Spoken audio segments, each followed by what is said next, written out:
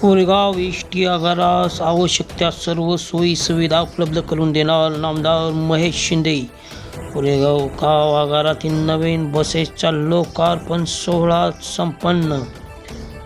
एसटीचे स्टेअरिंग हातात घेत नामदार महेश शिंदे झाले वाहक। शहरी भागाबरोबरच ग्रामीण भागातील प्रवासी वाहतूक करणारे महत्त्वपूर्ण कणा हा एसटी असून त्या एसटी महामंडळास आवश्यक त्या सर्व सोयी सुविधा उपलब्ध करून देणार असे प्रतिपादन नामदार महेश शिंदे यांनी कोरेगाव एसटी बस स्थानकातील नवीन बसेसच्या लोकार्पण सोहळ्याप्रसंगी केले। कोरेगाव बसस्थानकात आमदार महेशदादा शिंदे यांच्या पाठपुराव्यामुळे नवीन 5 बसेस प्रवासी वाहतुकीकरिता दाखल झाल्या आहेत।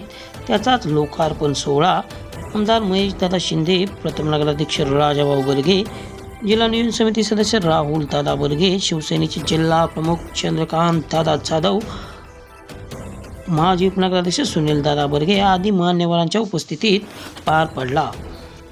यावेळी बोलताना नामदार महेशदादा शिंदे म्हणाले की अनेक गावे, वाड्या, वस्त्या, खेडोपाड्यांना जोडणाऱ्या वाहतुकीचा ग्रामीण भागातील प्रमुख कणा म्हणून एसटीची ओळख आहे।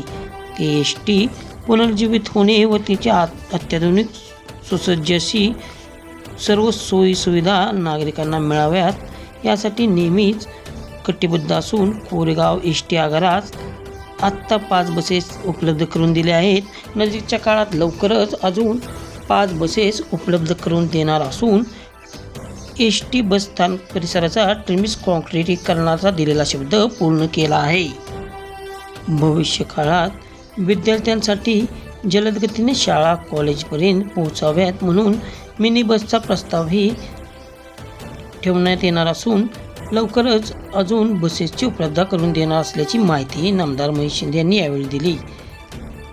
प्रवासी वाहतूक संघटनेचे जिल्हाध्यक्ष विलास शहा यांच्या हस्ते श्रीफळ फोडून व माजी सेवानिवृत्त कर्मचारी प्रदीप आंबेकर यांच्या हस्ते फीत कापून नवीन बसचा लोकार्पण सोहळा पार पडला। यावेळी कार्यक्रमास शिवसेना जिल्हा प्रमुख चंद्रकांत दादा पाटील, जिल्हा नियोजन समिती सदस्य राहुल दादा बर्गे, प्रथम नगराध्यक्ष राजाभाऊ बर्गे, नगराध्यक्ष महेश साहेबराव बर्गे, माजी उपनगराध्यक्ष सुनील दादा बर्गे, माजी पंचायत समिती सदस्य जयवंतप्पा पवार, नगरसेवक सचिन भैया बर्गे, साई प्रसाद बर्गे, बिचुकल्याचे माजी सरपंच चंद्रकांत पवार, नगरसेवक सागर विरकर, प्रीतम शहा, राजेंद्र वैराट, संदीप केंजळे, दीपक कांबळे, अजित विलासराव बर्गे, रशीद शेख आदींसह विविध गावचे पदाधिकारी मान्यवर उपस्थित होते। कार्यक्रमाचे प्रास्ताविक संतोष नलावडे यांनी केले।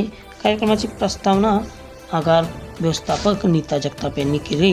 यावेळी स्थानक प्रमुख किशोर जाधव, वाहतूक निरीक्षक धीरज भुजबळ, आकार लेखापाल भागल साहेब, वाहतूक नियंत्रक राजेंद्र बर्गे केंजळे, संतोष कदम, सचिन जगताप, प्रवीण आडसूळ, संग्राम पवार, राहुल जाधव आदी उपस्थित होते।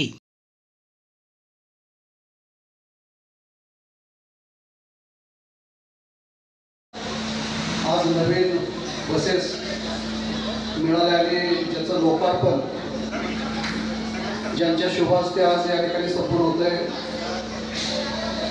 ते कोरेगाव विधानसभा मतदारसंघाचं दमदार नेतृत्व या मतदाराने विकासाची गरज असते ज्यांच्या माध्यमातून आमदार यांना सगळ्यांच्या वतीनं कोरेगाव एसटी आगाराच्या वतीनं माझं स्वागत करतो। ज्या बसेस लोकल साहेबांच्या हस्ते सर्व एसटी बसेस आजच आपल्या प्रवाशांसाठी या डेपोमध्ये रुजू होत आहेत। साहेबांच्या हस्ते विधिवत या बसेस सुरू झाले आणि लोकार्पण सुद्धा झाले। पुन्हा आलेल्या सर्व मान्यवर साहेबांचंही मनापासून स्वागत करतो आणि आपल्या एसटी आगाराच्या आगार व्यवस्थापक सभापती नीता जगताप मॅडम आपणास विनंती, आपण साहेब आदरचा सत्कार आणि स्वागत करावं।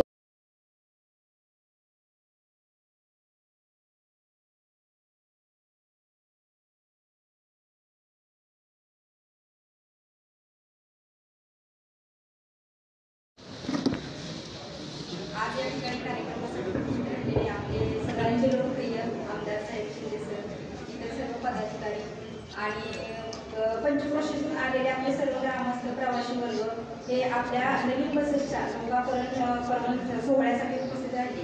त्याबद्दल मी सगळ्यांचे आभार मानते. साहेबांच्या प्रयत्नातून म्हणजे गेली 1 वर्ष झालं सर मी इथं कार्यरत आहे. बऱ्याचशा गोष्टी म्हणजे बऱ्याचशा अंगात आपले बदल झालेले आहेत.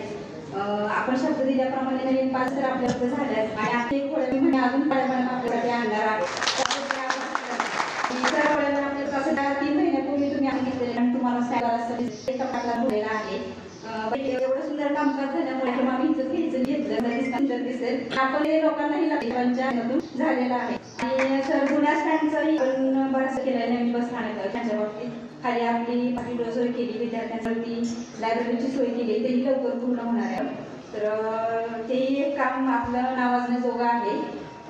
सर आमचे चालक वाहक आणि कर्मचारी नवीन बसेससाठी आपण जी मुलाची साथ दिली, जे प्रयत्न केले त्यांच्या वतीने आणि सर्वांच्या वतीने मी आपले आभार मानते आणि सर धन्यवाद.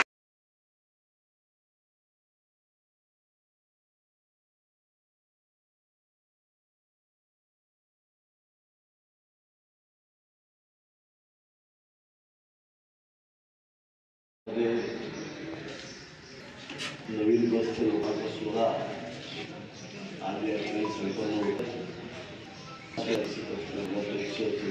जाधव कोयलवकर सगळ्याचे अध्यक्ष राजीव गंभीर, माजी उपनगराध्यक्ष श्रीदादा बर्गे,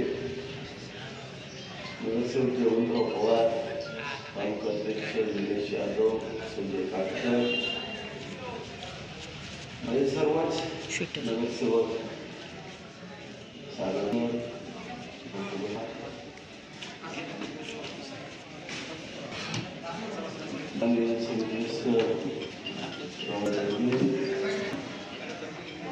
सर्व प्रमुखांच्या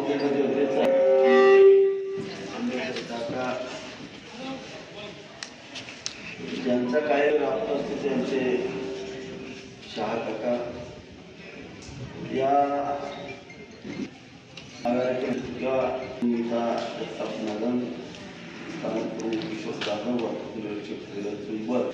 बागलसाहेब राजेंद्र बर्गे, महेश केंद्रे, अरविंद संतोष कदम, सचिन जगताप, प्रवीण अडसूळ, संग्राम पवार, राहुल जंगल, सर्वच मान्यवर तालुक्याच्या विविध आलेले सर्व प्रमुख बंधू आणि वडील, कुठल्याही भागाचा विकास व्हायचा असेल तर त्यासाठी ट्रान्सपोर्टेशन सिस्टीम फार महत्वाची असते. जर विकसित देशामध्ये तर महामार्गाच्या भागामध्ये अमेरिकेसारखी राष्ट्र फार प्रगत मानली जायची. 80-90 काळ होता. 2000 सालापर्यंत 2000 युरोप ही राष्ट्र प्रगत का मानली जायचं, तिथं रस्ते फार चांगल्या पद्धतीने डेव्हलप असतात. परंतु 2014 मोदींचं सरकार देशावरती आलं, त्याला मात्र 2014 पासून 2023 पर्यंत हे काम केंद्रात कसं केलं. या काळामुळे आज तुम्ही पाहते भारत हा जगामध्ये 2 महाग असणारा देश असतो. जगामध्ये 2 एवढी मोठी चीनच्या पुढे आपण गेलो, चीनच्या पुढे गेलो. चीनच्या मनाला लहान आहे तरी आपण चीनच्या पुढे गेलो. एवढी मोठी शक्ती त्या ठिकाणी आपल्याला नाही. पण त्याचबरोबर जर आपल्या सामान्य माणसाचा विकास करायचा असेल, पब्लिक ट्रान्सपोर्ट सिस्टीम ही मजबूत करावी लागते. मी सगळ्या जगात पाहिलं तर 3 प्रकार transport system, road transport, water transport system आणि एअर ट्रान्सपोर्ट सिस्टीम आहे. यातून प्रवास, पाण्या प्रवास, रस्त्यावर प्रवास. मग रस्त्यावरचा प्रवास 2 प्रकारचा होतो, रस्ते मार्गाने होतो आणि लोह मार्गाने होतो. आज बुलेट ट्रेन चालू आहे. आज कोरेगाव सारखं तुम्ही पाहिलं असेल, कोरेगाव मध्ये पूर्वी एक गेज होता, एक साधी रेल्वेची एक पटरी होती. परंतु आज तुम्ही पाहताय की 2 डबल झालंय आणि शिवाय त्याचं विद्युतीकरण झालेलं आहे. एवढ्या फास्ट आज बदल ट्रान्सपोर्ट आपण पाहतोय. मुंबईला जायला तुम्हाला उशीर लागायचा, आता मुंबईला रेल्वे मार्गाने जायला तुम्हाला 1.5 ते 2 तासात जाणं शक्य होतंय, कारण आता नवीन आपण त्याच्यामुळे डायरेक्ट मुंबईमध्ये एंट्री होईल अशा पद्धतीचा निर्णय पण राज्य सरकारला. सगळ्यांच्या जिव्हाळ्याचा प्रश्न आहे. रोड ट्रान्सपोर्ट जो इंटिरियर भागात होतो, जिथं कोणीही जाऊ शकत नाही, त्या ठिकाणी एसटी पोहोचली, म्हणून आपल्या भागाचा विकास झाला आणि आपल्या महाराष्ट्राची प्रगती झाली. आपण विसरून चालणार नाही. तुम्हाला माहिती आहे, आमचं लहानपण आठवतंय, गावातून एसटी आली म्हणून तर आम्ही कुठेतरी शिकायला जाऊ शकलो. शहरामध्ये एसटीचा फार नाही आहे, परंतु जी गावं अगदी एका टोकावरती आहे, इंटिरियर गावांना एसटीचं फार महत्व आहे. आज आमच्या शाळेच्या विद्यार्थ्यांना महत्व आहे. ही एसटी चालवत असताना त्याच्यामध्ये फायदा कधी बघितला जात नसतो. जी लोकांसाठी केली जाते त्याच्यामध्ये फायदा बघितला जातो. त्या इथून येताना 10 येतात किंवा 2 माणसं येतात ते महत्वाचं, पण त्याच्यामधून जे लोक येतात त्या गावचं भविष्य घडवणारी असतात, ती मुलं असतात. ते लहान जरी 4 पोर आली तरी सुद्धा रात्रभर तो ड्रायव्हर तिथं झोपतो. हे फक्त भारतात घडतं, जगात कुठं घडत नाही, लक्षात घ्या. हे कुठेही घडत. स्वतःची बॅग घेऊन आपल्या एसटीला तिथं झोपणार आणि सकाळी फक्त 5 जण जाणार कॉलेज म्हणून बसून जाणार. तुम्ही एवढा 5 मुलांना सुद्धा मोठं त्याग करणारे कर्मचारी सुद्धा या गोष्टीला होते. आणि त्यात म्हणून आज एसटीचं काम हे महाराष्ट्राच्या घरामध्ये फार मोठं आहे. सगळे म्हणतात एसटीचे लागले याचा कोण विचारत नाही. मंत्री एकनाथ शिंदे मागच्या वेळेला होते, त्याला मुख्यमंत्री म्हणाले एसटीवर जीवन केलंच पाहिजे, एसटीला ताकद दिली पाहिजे. कसा उभा करायचा होता. बस वाईट, लोक बस ताकद द्यायला नको म्हणतात. ही बदलायची कशी? डिपार्टमेंट कडून पैसे घेता येतील. त्यावेळेला आम्ही सह्याद्रीला बसलो होतो, त्यावेळेला आम्ही सांगितलं MIDC हा पर्याय उत्तम आहे म्हणलं. साहेब MIDCतनं पैसे शिल्लक आहे, ते एकमेव डिपार्टमेंट आहे की ज्याच्याकडे पैसे भरतात. त्यावर तुम्हाला फोन केला होता, त्यावेळेला सांगितलं होतं की आपल्या बस स्थानक पूर्ण कॉम्प्युटरीकरण करून टाकू. दादा आम्ही महाराष्ट्रातल्या मॅक्झिमम प्रमुख बसस्थानक आहेत त्या सगळ्याचं कॉम्प्युटरीकरण करण्याचा निर्णय घेतला मागच्या वेळेला आणि सगळं कॉम्प्युटरीकरणात होताना आपल्याला दिसतंय. आणि सगळी स्थानकं स्वच्छ आणि सुंदर झालेली आपल्याला काही दिवस दिसतील. कोरेगाव शहरामध्ये ट्रान्सपोर्ट सिस्टीमचा आता आपण सुरुवात केलेली आहे. हा पहिला टप्पा आहे आपला, हा भाग स्वच्छ करायचा. आता पुढचा रस्ता पण लवकरच होतोय. 1 महिनाभरामध्ये आपण काम चालतोय. आपल्या शिवरत्न मंगल कार्यालयापासून आझाद चौकापर्यंत कॉन्क्रीटचा प्रचंड मोठा रस्ता या ठिकाणी सुरू होईल. पुढच्या 3-4 महिन्यात ते काम पूर्ण होईल. ही कामं पूर्ण झाल्यानंतर आणि मग आपल्याला काही रस्ते तयार करायचे. त्याच्यामध्ये सगळ्यात महत्वाचा रस्ता आपला जळगावचा, त्याचं काम चालू आहे. त्याला पण 8 महिन्याच्या पूर्ण आपण प्रामाणिक प्रयत्न करतोय. जळगाव रस्ता पूर्ण झाल्यानंतर आपला भाडल्याच्या रस्त्याला आपल्याला 490 कोटीचा निधी आता आपल्याला मिळतोय. म्हणजे मंजूर झाल्या तर जमा आपल्याला काही दिवसामध्ये त्याची घोषणा होईल आणि डिसेंबरमध्ये ते काम चालू होईल. इथून रेडे घाटापर्यंतचा रस्ता हा 4 लेन कॉन्क्रिटीकरण होणार आहे. इथून रहमतपूर रस्ता पूर्ण झाला. इथून सातारा रोड पासून पळशीपर्यंत सगळे रस्ते कॉन्क्रीटचे झाले. फक्त एकच रस्ता राहतोय, तो म्हणजे इथून खेडपर्यंतचा रस्ता. हा रस्ता एकदा कॉन्क्रिटीकरणाला कुठं पुढच्या 1-1.5 वर्षात बसवला तर एसटीचा मेंटेनन्स सुद्धा निघणार नाही. असे स्मूथ रस्ते तुम्हाला इथनं पुढं पाहायला मिळतील. हा शब्द मी आज तुम्हाला या ठिकाणी देतो. बऱ्याच वेळेला रस्ते खराब असतात म्हणून एसटी जात नाही म्हणतात. आता कोरेगावच्या बाबतीत हे चित्र 1-1.5 वर्षामध्ये दिसणार नाही. जो कालावधी तुमचा भाड्यातून इकडे येणे 1 तासाचा एसटीचा आहे, तो कालावधी मी 11 मिनिटाचा करण्याचा प्रामाणिक प्रयत्न करतोय. याचा अर्थ गाडीला फुल स्पीडमध्ये पावायची गरज नाही, पण रस्ता खूप सुंदर केल्यामुळे सहज आपण येऊ शकतो.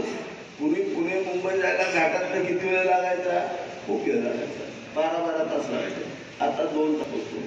तसंच आपल्याला सगळी गावं कोरेगावला जोडायची आणि म्हणूनच एवढ्यासाठीच आज आपण प्रयत्न केला. या राज्याचे परिवहन मंत्री आणि आमच्या सगळ्यांचे मित्र प्रतापजी सरनाईक साहेबांचा त्यांच्या खात्याचा हा निर्णय आहे.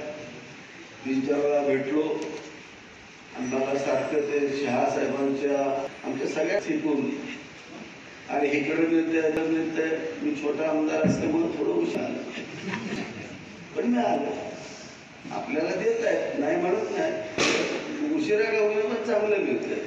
हा 5 मिळाल्या आणि 5 पण देतो म्हणून सांगितलंय त्यांनी. तेव्हा 10 गाड्या आपल्याला भरपूर झाल्या. पुढच्या टप्प्यामध्ये आमच्या डोक्यात उलटा आहे. आम्ही छोट्या गाड्या टाकायचा विचार केला. कॉलेजच्या मुलांनी त्या गावाला इलेक्ट्रिकचे व्हेकल द्यायचं आमच्याकडे, ज्याच्यामध्ये 10 ते 15 मुलं होती, जे अगदी इंटिरियर आहेत, ज्या ठिकाणी गाड्या जात नाहीत अशा ठिकाणी ही सुविधा करण्याचा प्रयत्न आम्ही 1-1.5 वर्षामध्ये मतदारसंघामध्ये करतोय. आणि त्याच्या माध्यमातून आपण त्या मुलांना टायमिंगला शाळेला पोहोचवणं आणि टायमिंगला घरी पोहोचवणं, या दोन्ही गोष्टी करतो. एक मिनिट, आपल्या कोरेगावला इलेक्ट्रिशियन नाही.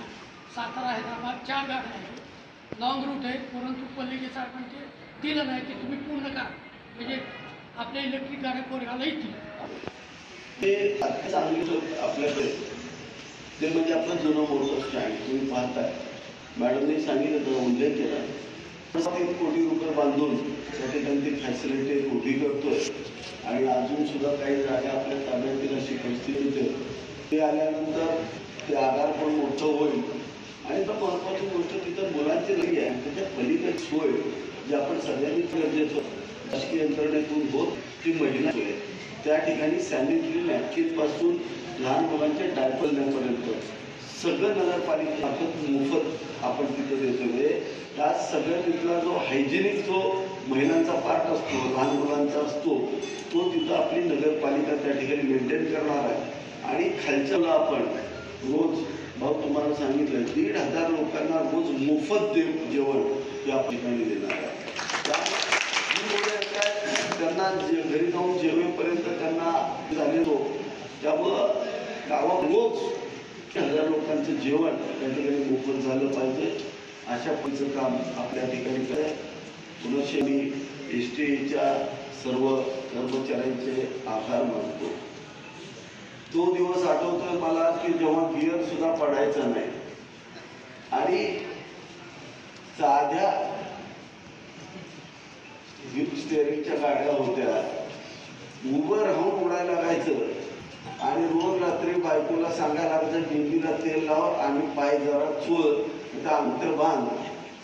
हितपर्यंत ह्या लोकांनी काम केलं. यांचे मणके गेले, बऱ्याच जणांना पॅकेट झाले, पायामध्ये अंतर पडलं. म्हणजे त्या काळामध्ये ह्या एसट्या कोणीही चालू शकत नव्हत्या, पण या एसटीच्या कर्मचाऱ्यांनी चालवल्या. माझी सगळ्या व्यवस्थांना विनंती आहे की कर्मचाऱ्यांनी खूप कष्ट घेतलेलं आहे आणि कष्ट घेत आहे.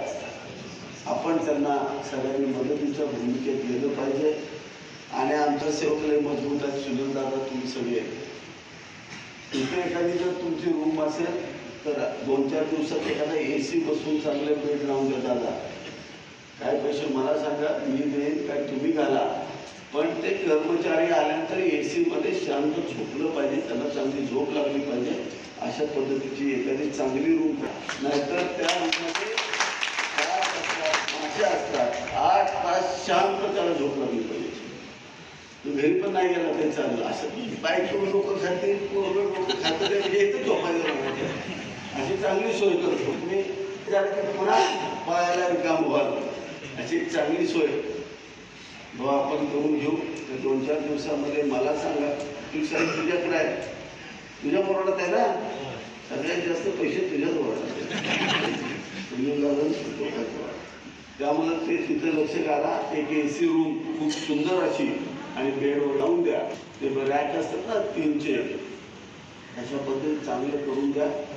आपल्या स्वतःच्या पैशानं अशी विनंती करतो. एकदा तुमच्या सगळ्यांचं अभिनंदन करतो.